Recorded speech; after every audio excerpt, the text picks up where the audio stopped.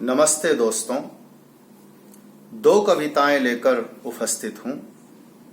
पहली कविता जो भारतवर्ष के दो भिन्न चित्रों को प्रस्तुत करती है। कविता का शीर्षक है दो भारत। एक भारत में दो भारत, एक आत्मनिर्भर, दूजा जिसने पहले को निर्भर बनाया आज पर निर्भर।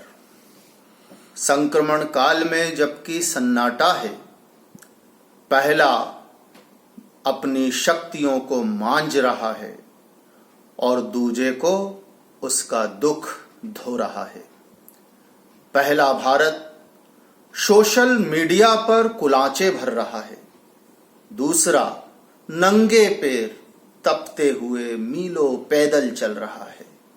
पहला भारत अपनी लेखनी, गीत, नृत्य, चित्र, कई कई कलाओं को निखार रहा है, तो दूसरा स्वयं किसी कहानी, व्यंग, लेख, कविता या बहस में ढल रहा है।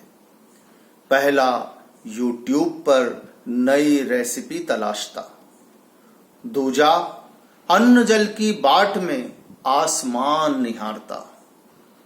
एक ऑनलाइन अध्ययन कार्यक्रमों में व्यस्त, दूजा पिता के पीछे पीछे एड़ियों को घिसते घिसते सुस्त। पहला घर में क्या क्या खाएं, दूजा बिलबिलाता कि क्या खाएं। जहां से चले हैं वह अब घरौंदा नहीं, जहां जा रहे हैं वहां कोई ठिकाना नहीं, बस चले जा रहे हैं, गिरते पड़ते, भूखे प्यासे, रोते मरते, किसी आस में कि कोई हाथ देगा। शहर नहीं कि गांव ही साथ देगा। मेरे प्रिय प्रधान, आपसे कहना चाहता हूं, बताना नहीं जताना चाहता हूं कि सैनिक की तरह ही योद्धा होता है मजदूर भी। एक बाहर का रक्षक, दूजा अंदर का सेवक, दोनों देवतुल्य हैं, बस इतना अंतर है, एक गोली से मरता है तो पूरा देश परिवार बन जाता है, दूसरा रोटी से मरता है तो बस परिवार ही रह जाता है। दूसरा गरीब देश हमेशा से पहले की सेवा में है। कुछ ऐसा करो कि पहला भारत जीने लगे दूसरे की फिक्र में, तो निरीह असहाय हमारा दूसरा देश भी पहले सा हो जाएगा और ये पूरा भारत एक बनकर आत्मनिर्भर भी कहलाएगा, आत्मनिर्भर भी कहलाएगा।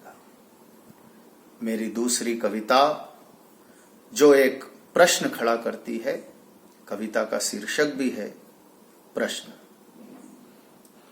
जो सत्ता विरोधी हैं वे देशद्रोही कहलाए, जो अनीश्वरवादी हैं वे वाम मार्गी हो गए, धर्मानुयायी विरोधी बुद्धिजीवी बन बैठे, ईश्वरवादी शास्त्र सम्मति चरमपंथी कह दिए गए।